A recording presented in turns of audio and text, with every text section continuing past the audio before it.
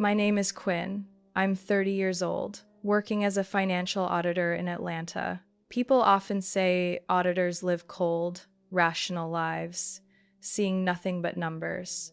But no one understands that I learned to control every detail just to survive. That Thanksgiving, my mother's house glowed with warm golden lights, the table laid with a white cloth, dishes arranged like in a magazine. Everyone laughed and chatted like a picture-perfect family. Until Victor, my stepfather, lifted his wine glass and smashed it straight into my hand. Glass shattered. Blood dripped from my hand, staining the pure white tablecloth. The room froze. Only my mother, Caroline, remained calm, not a trace of panic in her voice. Family comes first. Don't embarrass everyone. I didn't cry. I only looked at her. And in that moment, from the corner of the room, my grandmother Evelyn stood up. The woman I thought had given up on me years ago looked at me with eyes no longer silent. Have you ever had to grit your teeth and endure inside the very house that was supposed to be family? Have you ever been hurt and still forced to smile? If this story makes your chest tighten, leave a comment below. Hit subscribe to this channel so I can tell you what came after that bloodstain, my journey to unmask those who wore the costume of family and to reclaim freedom with the very truth they tried to bury. Because that day, it wasn't just blood that spilled. It was the truth beginning to rise. I don't remember exactly how I got up after that blow or how I made it to the bathroom. I only remember the cold bite of tap water against my skin, turning into a sting as it seeped into the fresh cut. Blood spread between my fingers, soaking the cotton pads I pulled from the old first aid box under the sink. In the mirror, my face looked pale, not from fear, but from exhaustion. 12 years since my mother remarried Victor, I had lived as if walking barefoot on broken glass. Every day I had to stay alert, telling myself that silence would make it pass. But it never passed. It only changed its shape. Victor never hit me when I was little. He knew how to wait, how to choose the moment when my words would carry no weight. At 18, I moved out the day after high school graduation with just one suitcase of clothes and a folder I had secretly compiled. Dates, times, the ways he disciplined, the half-jokes I had to pretend not to hear. When you live with violence long enough, you learn to predict it. I learned to dodge his swing when he was drunk. I learned to give a bitter smile when he called me a debt to my mother. I learned to document everything with photos, recordings, medical bills, even attendance sheets showing the days I missed work because bruises couldn't be hidden under long sleeves. But never did I imagine that on a holiday, at the dinner table, he would so casually smash a glass into my hand right in front of my mother. And what froze me wasn't the wound, it was my mother's eyes. No shock, no anger, just annoyance. "Go to the bathroom, will you?" she said, without looking at me. "Don't make a scene." I didn't answer. I stood, clutching the bleeding hand wrapped in a napkin. No one spoke, no one moved to help.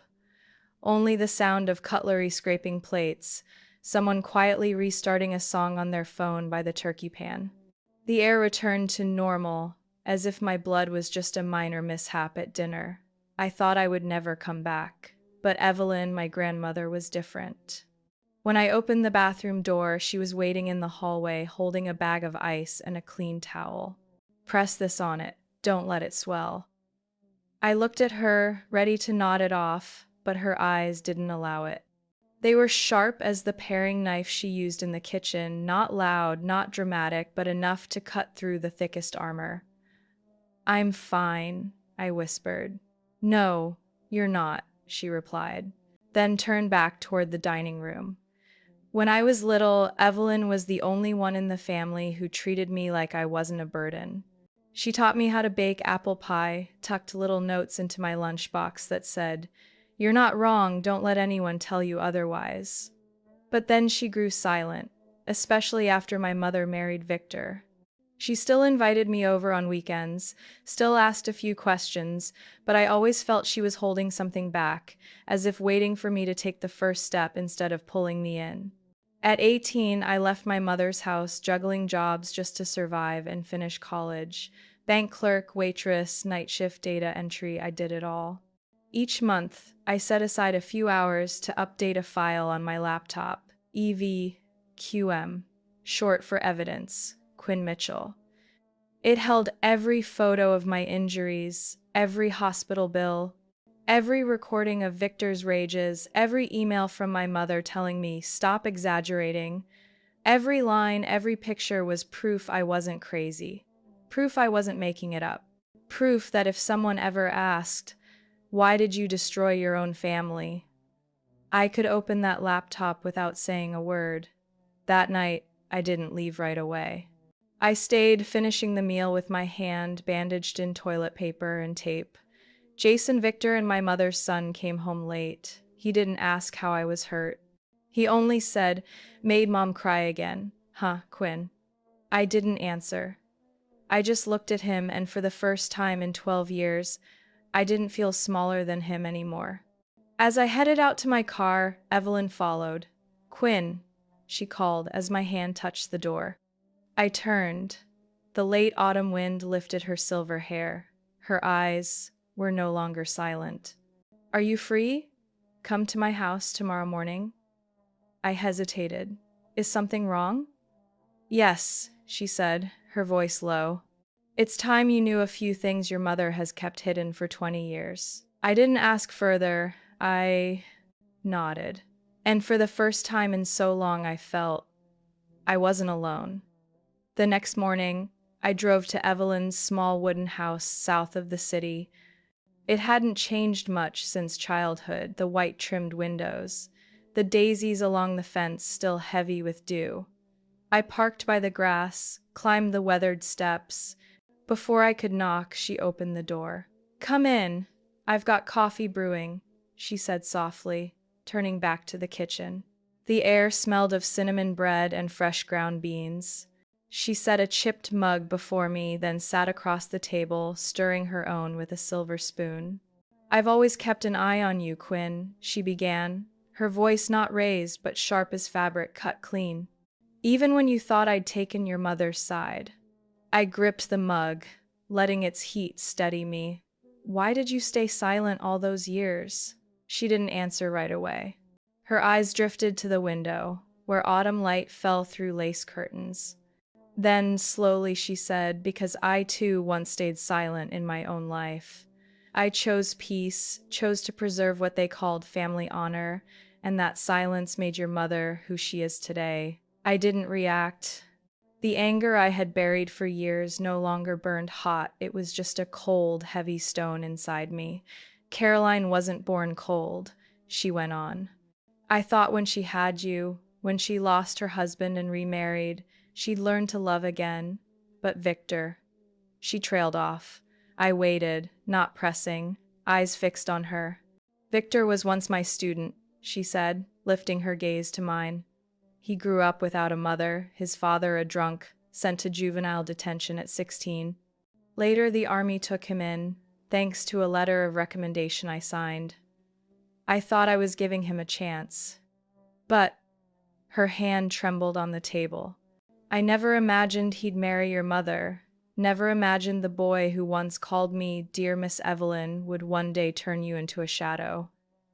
I felt the air around me freeze. Her words didn't just shock me, they upended memories I thought were truth. So, you knew what kind of man he was, and still let my mother marry him? My voice cracked with bitterness. I didn't think he'd repeat his past. I thought Caroline was strong enough to stop it. Her eyes glistened. I was wrong. Silence fell. Outside, yellow leaves dropped onto the porch. The grandfather clock ticked in the living room. Do you have proof? She suddenly asked. Yes. How much? Since I was 18.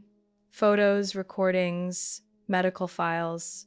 I've got copies online and on a hard drive. She nodded slowly, her eyes now steady. no longer weeping, no longer shaking. Only cool calculation remained. What do you plan to do with them? I looked at her, answering slowly like steel ground on stone. At first it was to protect myself, but now I won't stay silent. A small smile touched her lips, half sorrow, half steel. Then I'll help you. I said nothing, only nodded. In that moment, I felt myself step onto a different side, the side that no longer endured, no longer waited for people without hearts to suddenly awaken.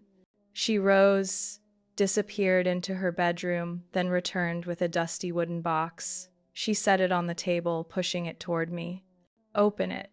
Inside lay a bundle of letters, a few black and white photos, a frayed green notebook, and a thick folder bound in cardboard. These are records I kept on Victor, back when he was a student, she said evenly. Grades, disciplinary reports, counseling notes, and letters from his mother pleading for help, letters I never showed anyone. I touched each page, a quiet ache rising in me. Not because of Victor's past, but because someone besides me had been watching all along, had felt the pain, had remembered, had kept it safe for the day it could be spoken. With what you have and what I've kept, you can expose everything, Evelyn said, meeting my eyes. Not just to reveal it, but to claim justice for yourself, and to stop it from happening to anyone else. I sat still before the box. Inside me, fear had vanished. What remained was something else, cold, sharp, forged, like steel held too long in the fire. Something in me had awakened. I sat in Evelyn's worn kitchen, light falling on the faded checkered cloth. In my hands was the thick file she had pulled from a locked drawer. The room was silent as I turned each page. The first document, a copy of the trust certificate. The founder, Richard A. Campbell, my biological father. My hand shook, tracing his signature, as if the dried ink still whispered from the past. Next was a notarized statement. The trust was to provide for the living expenses, education, and medical needs of the beneficiary Quinn R. Campbell from age 7 until 30. I had turned 30 only weeks ago. Evelyn sat quietly, watching me. She poured more coffee into my mug, nodded for me to keep going. I flipped further. My eyes froze on the addendum for guardianship. Legal guardian in case beneficiary is underage, Caroline T. Holloway. I looked up at Evelyn. Did you sign these? She shook her head, voice low. No. I was never told this trust even existed. I only found out after Richard's death, when Caroline rushed to have the authority transferred into her name. I froze. But something like that would require the original trustee's signature. It would need legal verification. Yes, she said. And that's exactly what I want you to see next. She pulled a thin sheet from the stack, a faint notary stamp in the corner. I leaned closer to read, an authorization to transfer management of the trust. The name signed as the beneficiary was mine. But the scrawl was crooked, uneven like the clumsy handwriting of a child. I stared at the page, then raised a hand to my mouth. A wave of nausea rose in my throat. I never signed this. I whispered. I couldn't even write my full name properly back then. Evelyn nodded, her gaze sharper than ever. You didn't sign it. Caroline forged it. I stiffened. I have the original discovery notes from Richard's old attorney, she continued. He called me a few months after Richard died. But by the time I went to meet him, Caroline had already moved. All the files were gone. It wasn't until last year, when that attorney passed away, that his son found a copy of this document locked in a drawer. I said nothing. My hands gripped the page as though afraid it might vanish. A slow burn of fury rose in my chest, not the childish anger I once felt toward my mother, but the cold clarity of an adult betrayed. There's something else, Evelyn said, her voice now a near whisper, about your father's death. My heartbeat quickened. Richard didn't die in an accident like you were told, she said. He had a stroke while preparing divorce papers against Caroline. The floor seemed to tilt beneath me. Divorce? She nodded. He had confided in me that Caroline was having an affair and he had hired a private investigator. That day, he was set to file the petition. But he never made it. You're saying my father's death might be connected to my mother? My voice dropped, as if even I couldn't believe the words I was speaking. I can't prove it, she said slowly. But what followed happened too fast. Caroline seized control of all finances, cut ties with your father's side of the family, and brought Victor into the house less than 2 months after the funeral. I sat in silence, the room closing in around me. Everything I had forced myself to believe was settled, shattered like a broken mirror. Each shard reflected back the nights I was left alone with fevers, the cold dinners, the dismissive glances, all part of a scheme laid long before I understood it. So, all these years, I lived as an outsider. Because I had been pushed out from the very start? I asked, unsure if I was speaking to her or to myself. She didn't answer. Instead, she walked to the cabinet by the fireplace and pulled out a yellowed envelope sealed with cracked red wax. A letter from Richard. He wrote it for you, but I never had the courage to give it. I took it, my hand trembling as I broke the brittle seal. Inside, his familiar, neat, slanted handwriting stared back at me. My Quinn, if you're reading this, it means I am no longer with you. I'm sorry for leaving you in a world of lies I didn't have time to expose. I leave you the only things I can still protect, your dignity, and enough of my estate for you to start again. If your mother deceives you, don't forgive easily. You deserve a life of your own. And remember, you were never unwanted. I folded the letter, tears slipping down silently. There was no sobbing left in me. My heart had already endured too much in silence. Now I wasn't standing alone. Behind me were the words of the dead, the awakening of someone who had once been silent. And before me stood a truth painful but undeniable. My mother had traded everything to erase me from her life. But she never expected I would return, and this time not in silence. I stood at Evelyn's window, staring out at her small sunlit garden. The light couldn't warm the emptiness curling inside me. What she had revealed kept echoing through my mind, each word like a needle threading through old memories, unraveling them completely. I thought nothing could shake me more after discovering the stolen trust and the truth about my father's death. But she peeled back yet another layer, colder, harsher, hidden beneath years of false peace. She handed me a gray folder, not thick, but heavy enough to make me pause. Inside were neatly arranged documents, DNA reports, family verification papers, witness statements, all compiled by a respected, private investigation firm in Atlanta. I stopped at the first page. Subject: Jason T. Holloway. Comparison: Richard A. Campbell. Result: no biological relation.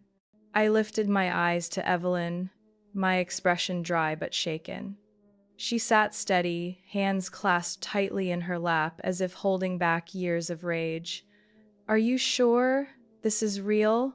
You think I'd take something like this lightly? Her gaze cut through the air like a blade.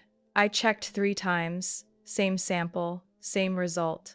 My grip tightened on the folder. Each word slashed away the last fragment of belief I had left in that household. Jason, the boy I once saved cake slices for, walked to school on snowy mornings, held close when Victor refused to let him play games, didn't carry my father's blood. Your father suspected, Evelyn said, her voice husky. He never said it outright, but I felt it. After Jason was born, he grew quiet. He spent more time away. And he looked at you as if you were the only piece of him left. I turned away, my chest tight, the room shrank. My childhood now felt like theater, a play where I had been pushed out of the lead role in my own life. When did you hire the investigator? Almost 2 years ago, she replied. When I found that copy of the trust papers, I began digging deeper. The more I uncovered, the more I realized how far Caroline was willing to go against her own child. My nails dug into my palms until I bled, without noticing. Do you plan to take this to court? Not right away. Caroline is skilled at manipulation. I've seen her make people useless in their own lives, Richard, even you. Unless we have irrefutable proof and a clear plan, she'll twist everything and push you aside again, like she has for over 20 years. I met her gaze, recognizing both caution and resolve. At 70, Evelyn was still sharp, unyielding, and most of all, finally on my side. Why did you stay silent so long? My voice was barely louder than the ticking clock on the wall. Because I was once afraid, like you, she admitted softly. Afraid the truth would tear the family apart. Afraid speaking up would destroy everything. But I finally realized there was no family left to destroy. It only existed in the eyes of outsiders. Inside, it had rotted long ago. I stared at the DNA report, feeling both the loss of a past I thought I had and the gain of a truth I had been denied. Does Jason know? Not yet. And I don't know if he's mature enough to handle it. I closed my eyes. Memories returned, Caroline's warm embrace of Jason, the way she praised him while ordering me to clear the table, the extravagant birthday gifts for him compared to mine. The explanation was clear. It wasn't that I was worse. It wasn't that I was useless. I simply didn't fit into her plan. So, do you think she married my father just for money? Not just for money, Evelyn said slowly. Richard was decent, educated, principled. At first she was drawn to that, but when she realized she couldn't control him, she found another way to assert power. Victor. She nodded. A man easier to bend, someone willing to stand behind her, yet violent enough to silence anyone who spoke out. I was speechless. The scattered fragments of memory were aligning into a dark, undeniable picture. My father betrayed, my inheritance stolen, Jason raised in lies, and Caroline, the woman others saw as graceful, respectable, directing it all. But I was no longer the 7-year-old girl cowering in the corner while Victor shouted and my mother quietly poured his drink. I was Quinn Campbell, standing in the full light of truth, holding files, proof, and the support of the only family member left, one who had once been silent but now had spoken. I wasn't sure what step would come next, but I knew this. What Caroline hid, what Victor did, and the lies that built their perfect house would no longer wear a mask, and I would be the one to strip it away, piece by piece. I sat in an office bathed in warm golden light, the oak-paneled walls heavy with years. The scent of leather and old paper filled the air.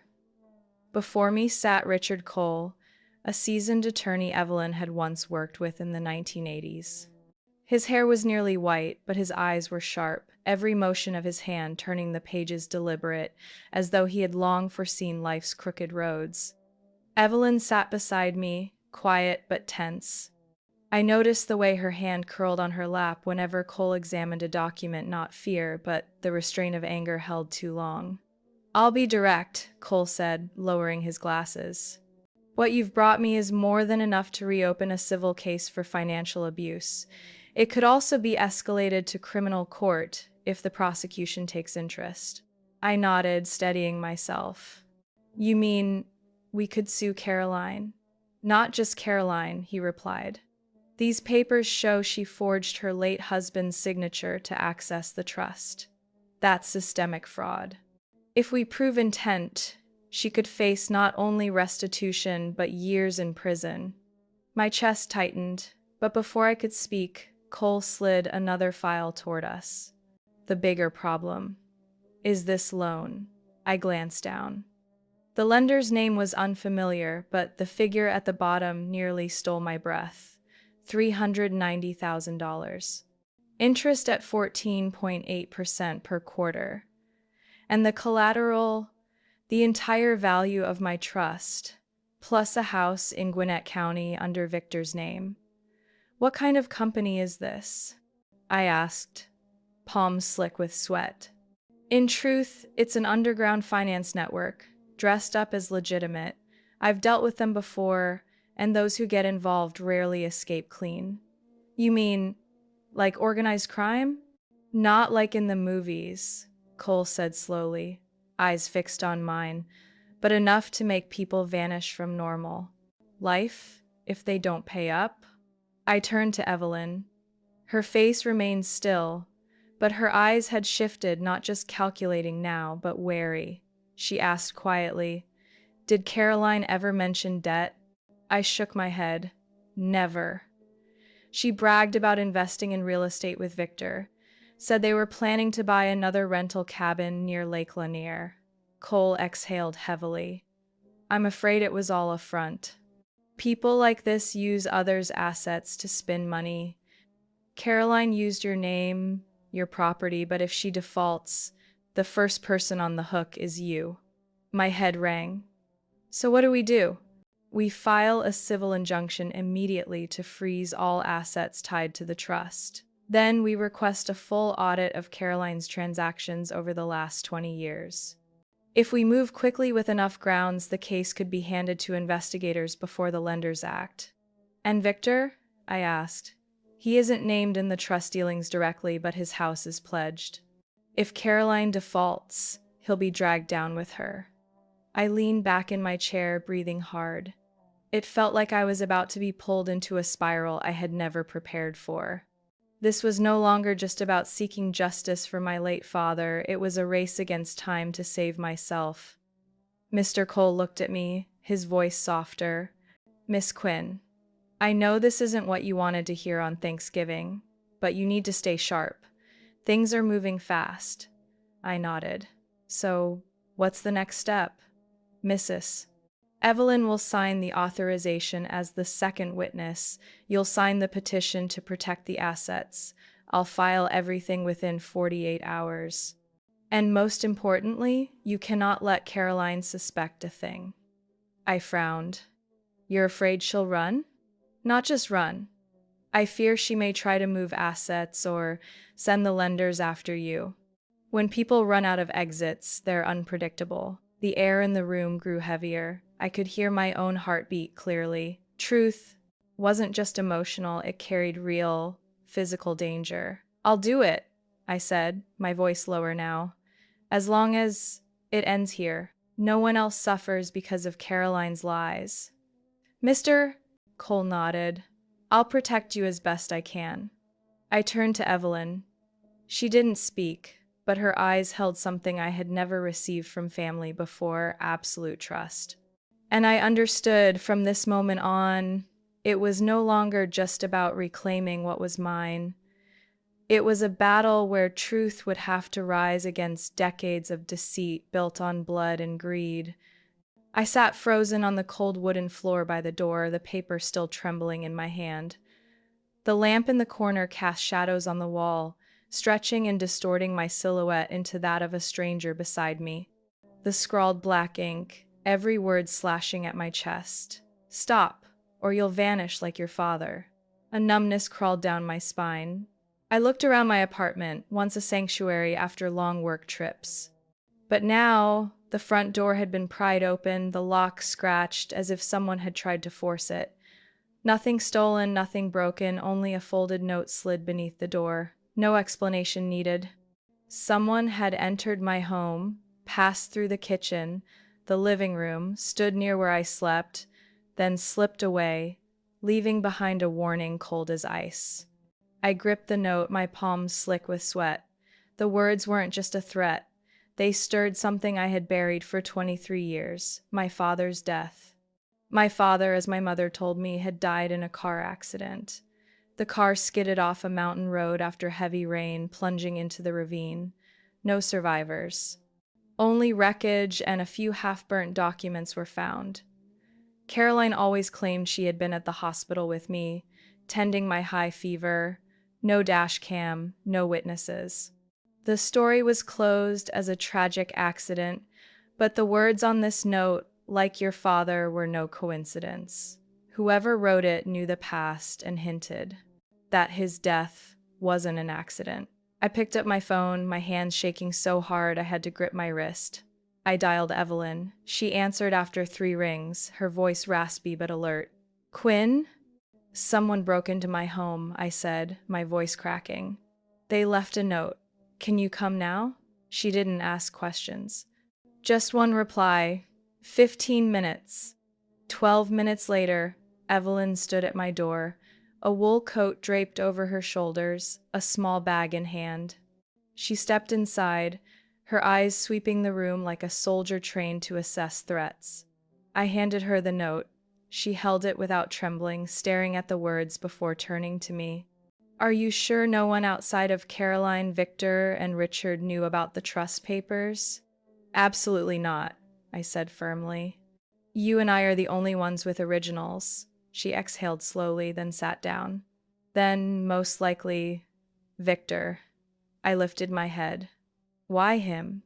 Because Caroline, she may be greedy, she may be weak, but she doesn't leave traces. Victor, he's the kind who rules through threats. I sat opposite her, my voice low. Did you ever suspect my father's death? Her gaze darkened. She leaned forward, fingers clenched against her knees. Yes, she admitted after a pause. I suspected, but I had no proof. I need to know. I pressed, my chest heavy. You said Caroline lied about being at the hospital. Where was she that night? I obtained the hospital's internal attendance records. Caroline wasn't on any log that night.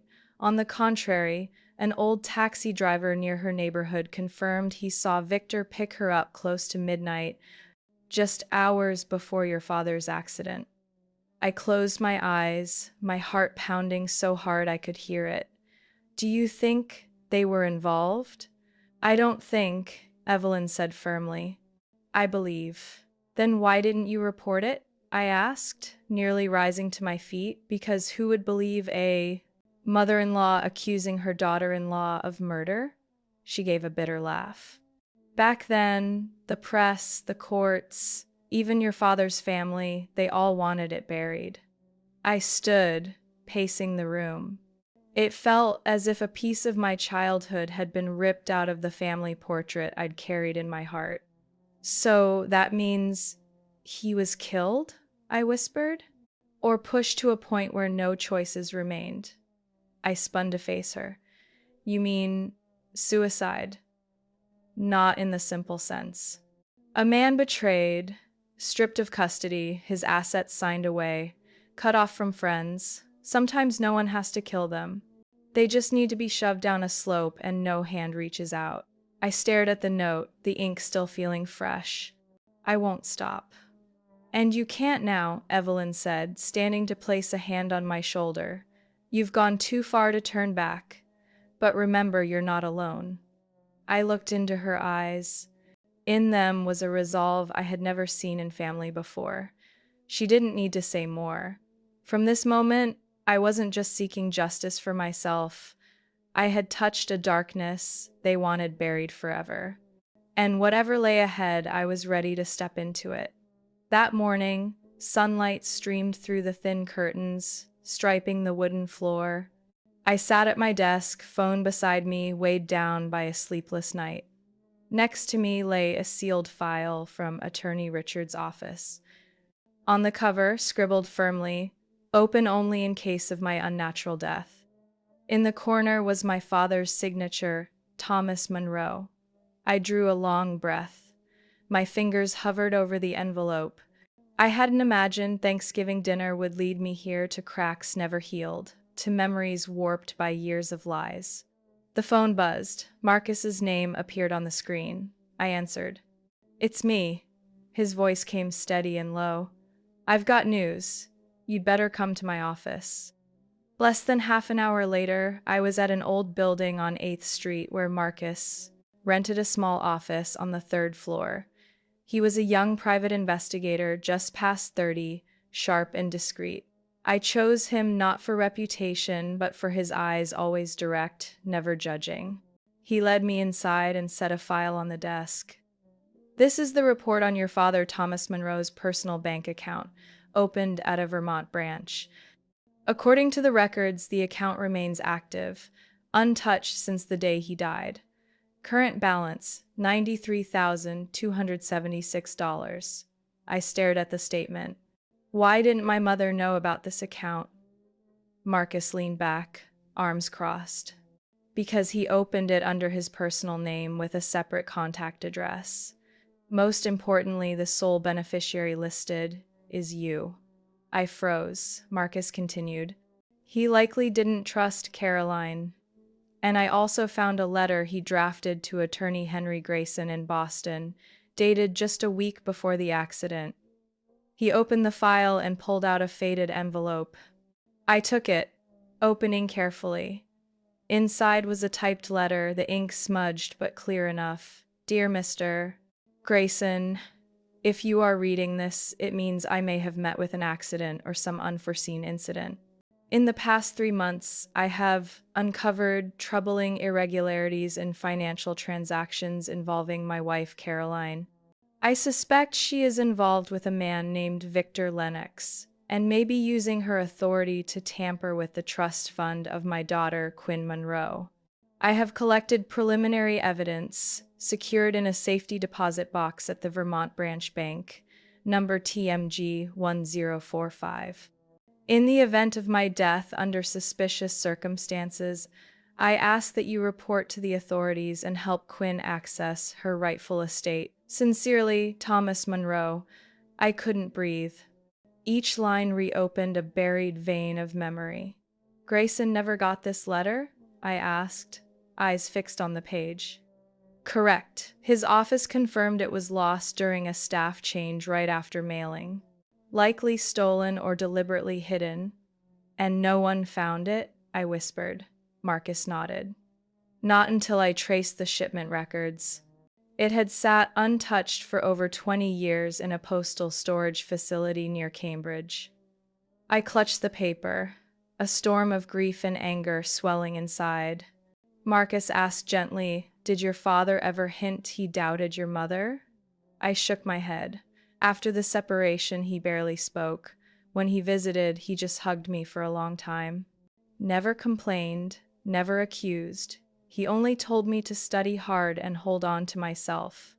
I think he knew more than he said, Marcus replied. And leaving that account in your name proves it. I sat silent, overwhelmed by a bittersweet realization. My father, the man I remembered as kind and gentle, had quietly prepared everything to protect me. Even in death, he had left me a path to truth. Marcus handed me a copy of the deposit box registration. We need to access that safety deposit box. Can you come with me to Vermont? I nodded without hesitation. When? Tomorrow morning. I've booked the train. I left Marcus's office as the sun dipped lower in the sky. My hands still gripped my father's letter, each word etched deep into my heart. I no longer felt alone in this journey. What I was doing was no longer just about seeking justice for myself, it was about fulfilling the wish my father never had the chance to say aloud. The road ahead might be filled with mud and traps, but I wasn't afraid anymore, because I knew I was walking the very steps my father left behind, and he was still watching me, every stride. That evening, the dining room was thick with the smell of roast chicken, red wine, and quiet tension. Evelyn had arranged everything carefully. Warm golden light, candles glowing at the center of the table. It could have been a cozy family dinner, if not for the silent glances, the secrets about to be revealed. I sat at the far end of the table, only a few seats away from Caroline. She wore a cream dress, her eyes shadowed, but her appearance still neat. Beside her sat Victor, his face cold, as if he were attending a corporate meeting instead of a family gathering. Jason sat across from me, stealing nervous looks at the adults, unaware of what was coming. Evelyn sat at the head of the table, her hand resting lightly on her wineglass but not lifting it. She looked at us all, her gentle smile unable to hide her resolve. "Thank you all for coming tonight," she began, her voice steady. "I think it's time we face truths that have never been spoken." Caroline let out a sharp breath. "Evelyn, if you're going to dig up the past." Evelyn raised her hand, cutting her off. "Not the past, Caroline. The truth. And I think my granddaughter deserves to know it." I looked up at Evelyn. She gave me a small nod, a reassurance. Then she pulled a folder from her coat, set it on the table, and slowly slid it toward the center. "This file," she said, "contains the legal evidence tied to the trust fund of Thomas Monroe, Quinn's biological father."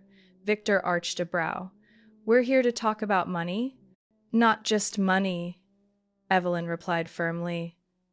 "Honor, trust, and the lies that have lasted 20 years. I gripped the arm of my chair. Jason leaned forward. "What trust fund? I've never heard Mom or Dad mention anything." Evelyn's eyes locked onto him, her voice lowering. "Jason, Thomas is not your biological father." The room froze. Caroline stiffened, her hand flying to her chest. Jason shot up from his seat, his lips trembling. "Mom, what is she saying? What does she mean?" Evelyn didn't flinch. "We had a DNA test done. The results are here, certified by an independent lab. Victor Lennox is your biological father." Jason turned to Victor, his face burning. "Him? Mom? How could this be? My whole life I thought Thomas was my dad," Caroline cried out. "It's not what you think, Jason. I didn't want you to get hurt. I was only trying to hold the family together." Victor slammed his hand on the table. "Enough. Evelyn, what kind of humiliation is this? What right do you have?" Her voice cut through like ice. "I have every right, Victor. When you dared to use my son's name, exploited his trust to hide an affair, misused a trust fund, and left a death clouded with suspicion." I rose, picking up the folder and placing it in front of Jason. "You should read this," I whispered. Jason collapsed back into his chair, his eyes wide, torn apart. Caroline broke down completely, her body shaking. I never wanted it to come to this. Victor told me one signature would fix everything. I didn't know." Victor's eyes turned on her cold. "Shut up. Don't drag me down with you." Evelyn's gaze stayed sharp. "You won't escape this time, Victor. I've already submitted all of this to the district attorney's office, every forged signature, every fraudulent loan, every illegal deal. And if you think you can intimidate Quinn," before she could finish, Victor shoved his chair back, the wine glass crashing to the floor. He stormed toward me, fury twisting his face. "You and that old woman think you can ruin me without paying for it." I stood firm, my eyes never leaving his. At that moment, the kitchen door swung open. Marcus entered with 2 plainclothes officers. One of them raised his badge. "Victor Lennox," the officer said. "You're under arrest for financial fraud, forgery, witness intimidation, and you may also be investigated in connection with the death of Thomas Monroe." Caroline screamed, "No, you can't arrest him. There's no proof." "Nothing." Marcus stepped closer, his voice solid. "We have bank testimony, internal call records, and surveillance images from the night Thomas's accident occurred. Caroline was never at the hospital, as she claimed." Victor fought, but his wrists were cuffed on the spot. Jason sat frozen, pale, empty-eyed. I looked at my mother, the woman who had once held me close, now a stranger collapsing on the floor in tears. I moved to Jason, placing a hand gently on his shoulder. "You don't have to take sides," I told him, "but you have the right to know the truth, and the right to live free of anyone's control." Jason nodded faintly, tears spilling as he buried his face in his hands. The police took Victor away. Caroline was escorted to the station as a key witness. The room was left with me, Evelyn, Marcus, and Jason, surrounded by shattered glass on the wooden floor, like the ruins of what people once called family. After that night, everything unraveled in days. The pillars of that household crumbled like sand in a storm. Victor remained in custody. The press swarmed, and secrets spilled like oil spreading uncontrollably. I sat at the kitchen table, listening to the local radio. Businessman Victor Lennox, former CEO of Lennox Finance, has been arrested on charges of financial fraud, linked to an illegal trust fund and underground loans. The announcer's steady tone struck me like blows, each word reminding me of the years I had endured under the illusion of a perfect family. I switched off the radio. Evelyn sat across from me, her eyes fixed on a cup of untouched tea. "Are you all right?" she asked softly. I nodded, though my chest felt heavy. The truth had come out, but what comfort was there when the wounds still ached, unhealed? "What about Caroline?" I asked. Evelyn sighed. She was formally charged this morning. 3 counts: misusing a trust, forging signatures, and misappropriating inheritance. Attorney Cole just called. If the court confirms the forgeries, she could face serious prison time. My hands tightened on my cup. I can't understand why my own mother would do this to me. "Because she doesn't know what love is," Evelyn said. "Because greed makes people forget who they are." I sat in silence. My mind replayed Caroline's tear-streaked face as she was led away. She was no longer the strict mother who once timed my study hours, forced me to diet to look neater, or made me wear pale dresses so I wouldn't overshadow Jason.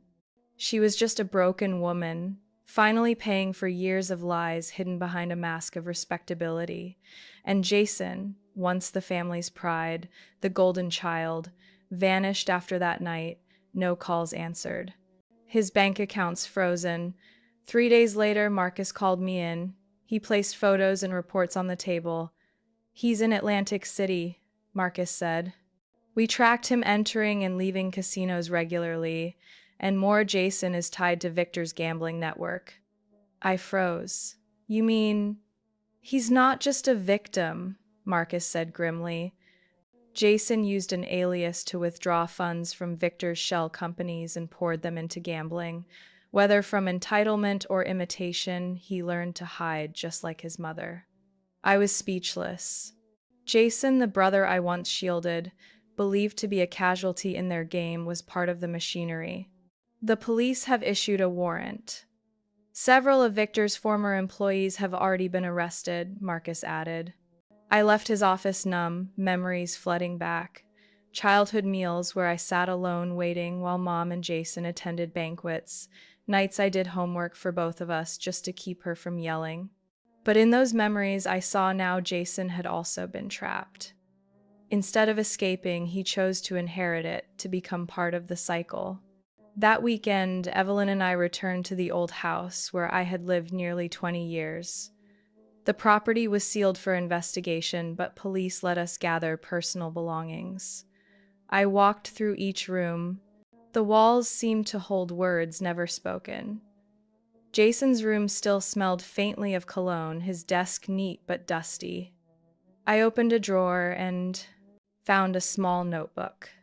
Inside, his shaky handwriting read, "I'm not sure if Victor is really my father. Mom always dodges the question. But if it's true, then I never had a choice." I closed the book, my eyes stinging. Out on the porch, Evelyn stood gazing at the back garden. She turned as I approached. "Everything has collapsed," I said. "But I don't feel lighter, only empty." "Because truth doesn't always free us," she replied. "But it keeps us from being deceived again." I rested my head on her shoulder.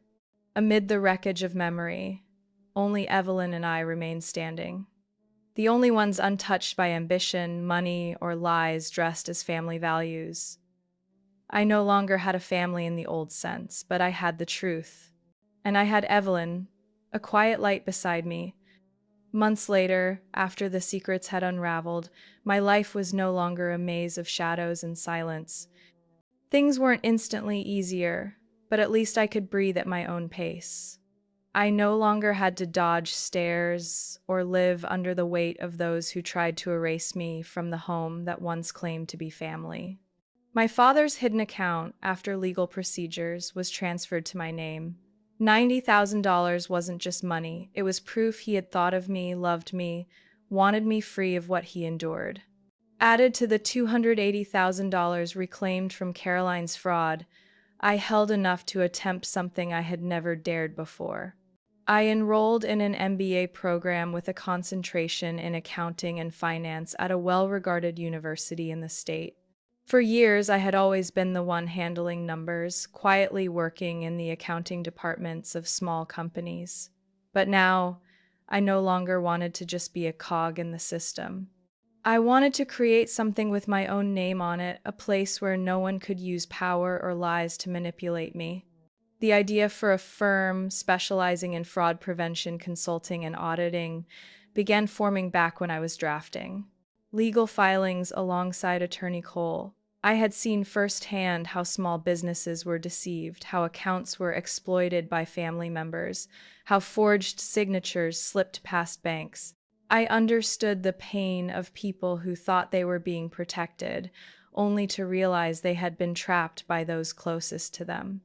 And I also knew the helplessness of watching the truth be buried just because family didn't want a scandal. I rented a small office in the heart of downtown, where glass towers reflected the brilliant glow of each evening sunset. It was modest, just one floor, a few desks, a small meeting room, but it was filled with light, the very light I used to dream of when locked in cold rooms listening to my stepmother's lectures. I named the company TrueMark Consulting. A simple name, but for me, it carried the weight of an entire journey. Evelyn moved nearby into a small apartment with a balcony overlooking the park. She still woke early to brew tea, still read the paper with her reading glasses, but her smile was gentler now, more at peace. We had mornings walking in the fog, evenings sharing Italian dinners at the corner restaurant, and quiet moments sitting together without needing to say much. With Evelyn beside me, I finally felt I had a real family, not loud, not demanding, but warm and respectful. One late afternoon, as sunlight touched the edge of the office windows, I stood alone in the room, still smelling faintly of new paint. Certificates, organizational charts, and licenses were neatly framed on the walls, but I hadn't filled the desks yet. I wanted to hire carefully people who believed in transparency, who weren't afraid to reopen files stitched shut by lies. I stepped onto the small balcony, where I could see the city skyline. Evening breezes tangled through my hair, carrying the noise of traffic and the hum of dreams moving below. Yet, inside me, everything felt calm, like water washed clean after rain. Evelyn appeared beside me, holding two paper cups of coffee. "You really did it," she said, setting one on the railing. I turned toward her, my eyes softening. "Thanks to you," I whispered. She smiled and shook her head. "You stepped out of the cracks others made and built an entirely new foundation.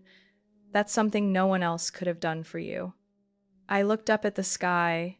The clouds were thinning, sunlight breaking through like a small tear in the heavy curtain that once shrouded my life. A strange feeling filled my chest, not just happiness, but restoration. "They once wanted me silent," I said slowly, eyes fixed on the distant horizon, "but now, truth is my weapon." Evelyn didn't reply. She only rested her hand lightly on my shoulder. No more words were needed. It was enough. Behind me was the small office with its warm yellow lights, where the first contracts had already been signed. In front of me stretched the city, vast, bustling, never still. And within me was peace, like a perfect note at the end of a long, chaotic symphony. A new chapter had begun, not with tears or anger, but with steady, gentle steps on a path I had carved myself. What do you think when the very people meant to protect you are the first to bury the truth? My story isn't just about money or inheritance. It is about reclaiming my voice, my justice, and my worth after being treated as a shadow in my own home. Years of silence made me think I was weak. But the truth is, sometimes those most underestimated are the very ones strong enough to face pain head on, to uncover what others want buried, and to walk out with their heads held high. I share this not for pity, but to speak to anyone who feels alone, doubted, or left behind. You are not wrong for asking questions. You have the right to step out of the darkness, to break every silence, and to rebuild life on your own terms. If you've ever witnessed injustice in your own family, ever felt like an outsider in the lives of those closest to you, leave a comment below. I want to hear your story because maybe, just maybe, your journey could help someone else find their way. And if stories of truth, family forgiveness, and sometimes even family fractures make you pause and reflect, subscribe to this channel to continue with me on this journey of exploring life's emotional pieces. The stories ahead may not be perfect, but they will always be real just like us.